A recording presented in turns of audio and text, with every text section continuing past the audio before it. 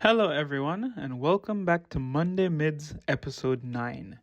If you are new to the channel, please subscribe.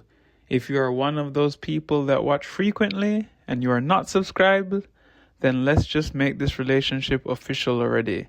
It's free and it helps me out a lot. With that being said, the image on screen explains the premise of this series. So pause and give it a once over if you are new here.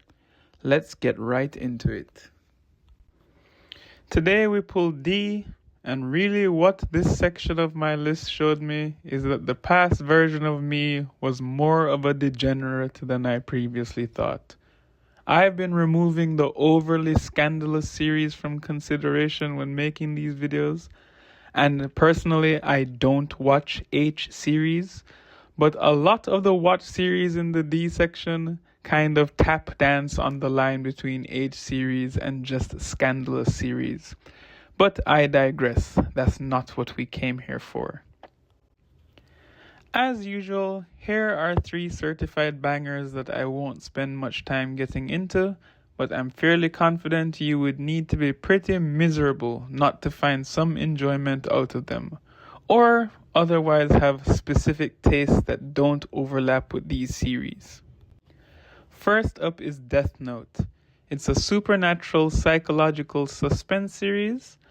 Now, normally I wouldn't even mention the series because it's that old and that famous that I think anyone even remotely familiar with anime has probably heard of it or knows it. Well, turns out I was wrong because one of my friends is from one of the younger generations, and despite having a wide array of anime knowledge, when I brought up Death Note as an analogy, they had no clue what I was talking about.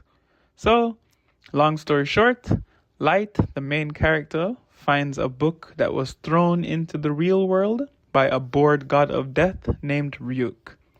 The book causes the death of anyone whose name is written on its pages. Light decides to use the book to create a new type of society, and Ryuk, intrigued by his goals, decides to hang around and observe. Light's actions eventually get him put on the radar of a genius detective named L, and the series covers their psychological battles of intellect. The second banger feature today is Dr. Stone, an adventure comedy series. Taiju is a high schooler who after 5 years decides to confess to his crush. His confession is interrupted by a green light that suddenly engulfs the world and petrifies mankind, turning everyone into stone. Thousands of years pass, and Taiju is eventually freed from the petrification by random luck and coincidence. The Earth has completely returned to nature as a result of the absence of humans during this time.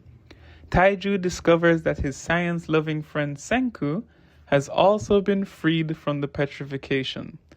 Senku reveals his plan to launch the complete revival of civilization using science. They decide to combine Taiju's brawn with Senku's genius, and Senku quickly devises a method to release others from their stone shackles.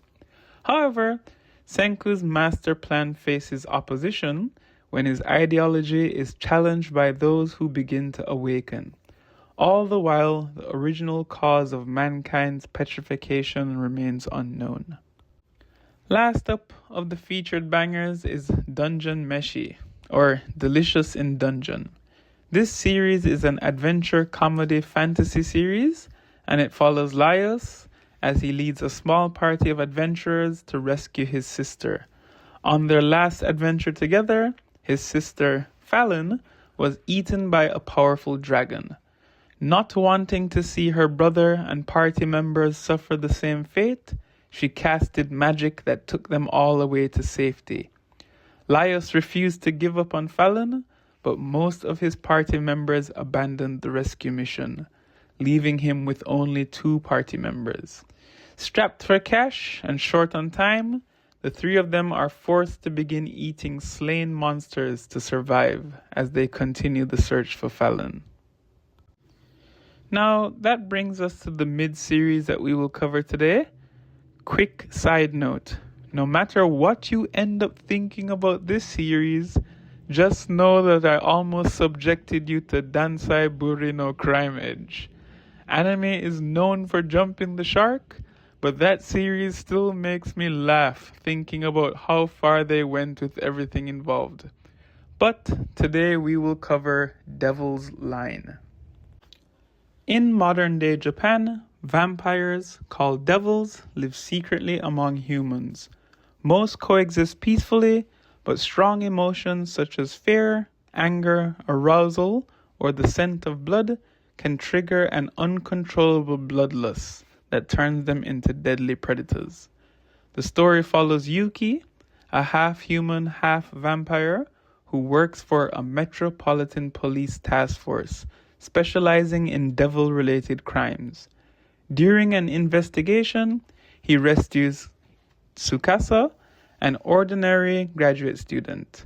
The two quickly fall in love, but their relationship is complicated by Yuki's constant struggle to suppress his vampiric instincts. At first glance, it appears to be vampire romance, police thriller, and supernatural action, but its central ideas are much more personal. The first theme this series explores is love versus instinct.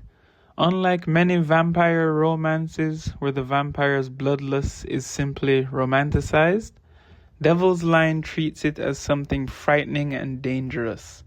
For Yuki, physical intimacy is genuinely risky. Even a small cut or the smell of blood can trigger violent impulses. Loving Tsukasa means constantly fearing he might hurt her. The relationship is built on trust rather than destiny. The second theme this series explores is humanity versus biology. The series asks, can someone be judged by what they are born as or by the choices they make? Many devils live peacefully. Others become murderers. Likewise, many humans exploit and discriminate against devils out of fear. The story repeatedly argues that morality comes from choices, not species. The third theme the series explores is prejudice and coexistence. The existence of devils creates a society filled with fear, discrimination, political extremism, and questions about coexistence. The police investigations and conspiracies explore these broader social issues alongside the romance. Let's talk about why people liked it. Number 1, mature romance. Unlike many supernatural romances, the central relationship develops through communication, vulnerability, and mutual support rather than constant misunderstandings. Number 2, psychological conflict. Yuki's struggle with self-control feels more grounded than the typical cool vampire archetype. His greatest enemy is his own fear of becoming a monster. Number 3, dark atmosphere. The series combines crime investigation, horror, romance, and moral ambiguity into a more adult tone than many vampire anime. Let's talk about why people disliked it. Number 1, uneven pacing. The anime adapts only part of the manga, causing later storylines and conspiracies to feel compressed. Number 2, limited action. Despite the police setting, the focus is often on relationships and internal conflict rather than frequent battles. Number 3, tonal shifts. The story moves between romance, horror, police procedure, and political conspiracy. Some viewers appreciated the variety, while others felt these elements weren't always smoothly integrated. Final takeaway. A simple way to describe Devil's Line is a dark supernatural romance about a half-vampire police officer trying to protect and love a human woman while fighting the monstrous instincts within himself. Its strongest aspect isn't the vampire mythology or the action. It's the tension created by two people who genuinely love each other while knowing that intimacy itself could become dangerous. Get into the plot rating. This ends up being a 6 out of 10. The critics are right regarding the plot feeling compressed or rushed in some aspects due to the adaptation, but it is a nice change of pace when compared to the usual girl loves monster trope. Regarding the characters, they also end up being a 6 out of 10. They are not overly memorable, but they are done well enough that their relationship dynamics are more interesting than not. They might have been a victim of the rushed adaptation, but I did not confirm by reading the manga like I have for other series. Moving on to the animation aspect, I gave it a 7 out of 10. It was nothing exceptional, especially compared to some of the stuff going around recently, but the artwork was clean and it was above average, especially for its time. The overall score therefore ends up being a 6 out of 10. If we are being honest, for me it felt closer to becoming a 7 rather than falling to a 5. So if you like this trope, you will probably enjoy this series even more than I did. I have a borderline pathological hatred for vampire romance series after the Twilight Mania, but even I found this one enjoyable overall. If you made it this far, thanks for watching. Please subscribe. Love you all. Stay safe, stay beautiful. Peace.